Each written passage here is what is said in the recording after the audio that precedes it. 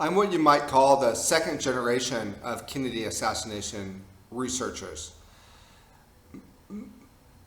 Most of those who researched the Kennedy assassination from my father's generation were looking at one aspect of the Kennedy assassination. Best evidence, for example, looking at the body and the autopsy and how the bodies were switched out. The benefit of being the second generation of Kennedy assassination researchers is that we're able to sift through the research, find what's relevant, and really have that bird's eye view. And also, there's a lot of things that have come to light that weren't available when Jim Garrison was doing his investigation or other researchers were involved.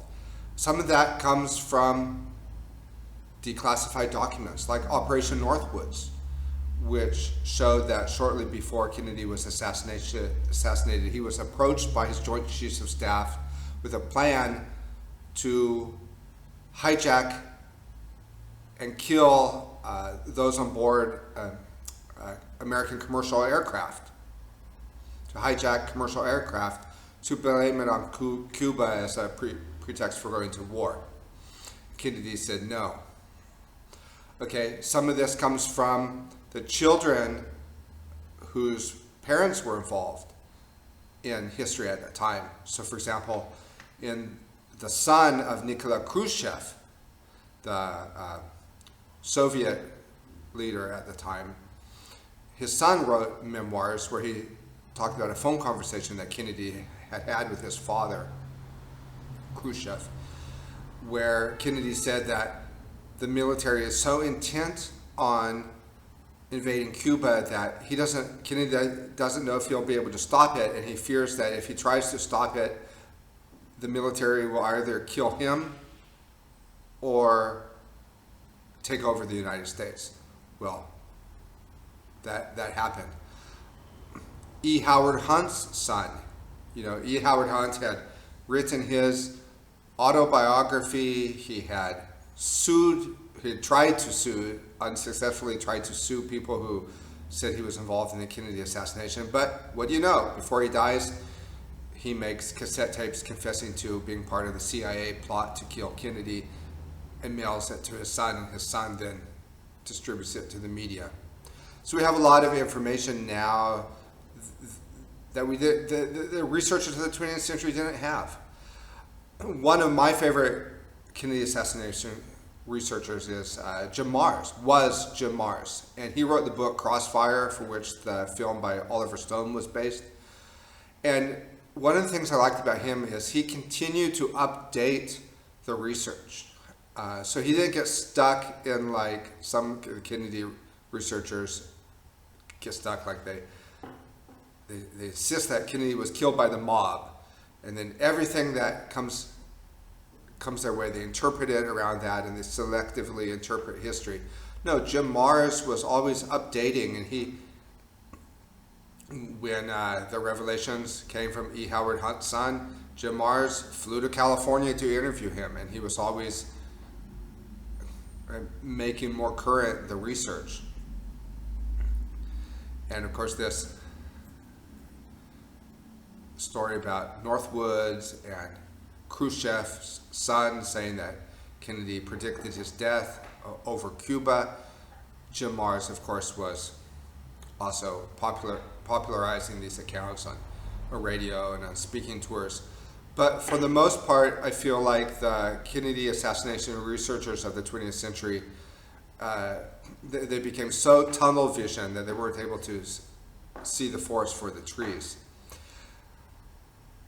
Assassinations in American politics, I believe this is a political problem. It's not primarily a problem for journalism.